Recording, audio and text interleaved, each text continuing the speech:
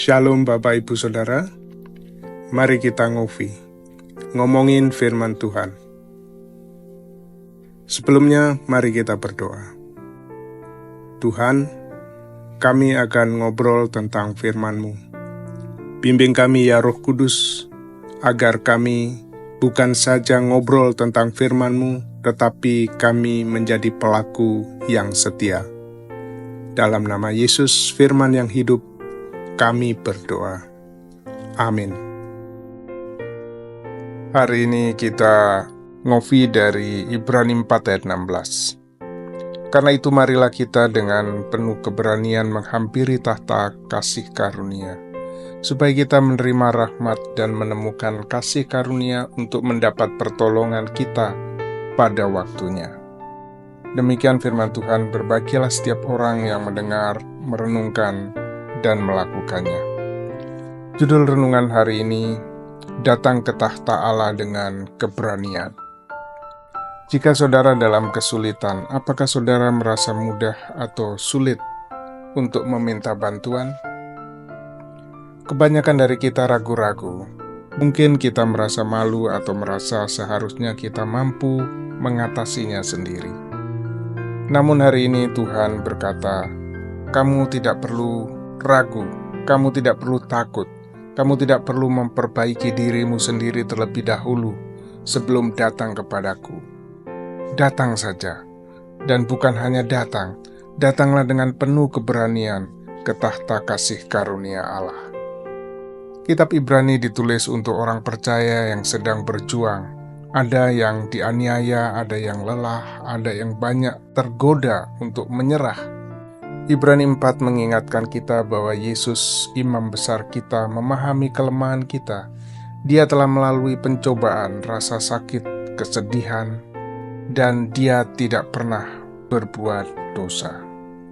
Karena itu kita dapat mendekati tahta Allah dengan keyakinan, mengetahui bahwa kita tidak akan menghadapi penghakiman, tetapi dengan kasih karunia dan belas kasihan.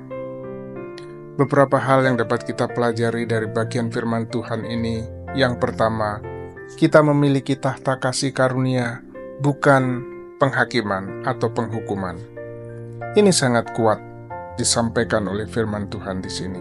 Tahta Allah bukanlah tahta ketakutan atau tempat untuk menerima hukuman, melainkan tahta kasih karunia. Kita tidak datang ke hadapan seorang hakim yang jauh. Kita datang ke hadapan Bapa yang penuh dengan kasih. Yang kedua, kita diundang untuk datang dengan berani, tidak ragu-ragu, tidak gugup, tidak penuh ketakutan, tetapi dengan keyakinan karena Yesus telah membuka jalan. Kesalahan saudara tidak mendiskualifikasikan saudara. Belas kasihan Yesus membuat saudara memenuhi syarat untuk datang kepada Dia. Yang ketiga, kita menemukan apa yang kita butuhkan di hadirat Allah. Baik itu pengampunan, kekuatan, kedamaian, atau petunjuk. Di hadapan tahta Allah itulah kita menemukan pertolongan untuk setiap kebutuhan kita, tepat pada waktunya. Bayangkanlah seorang anak kecil yang berlari ke orang tuanya dengan sepatu berlumpur tanah dan kotor, air mata di wajahnya, dan lututnya luka. Apakah orang tuanya akan mendorong mereka untuk pergi karena kotor?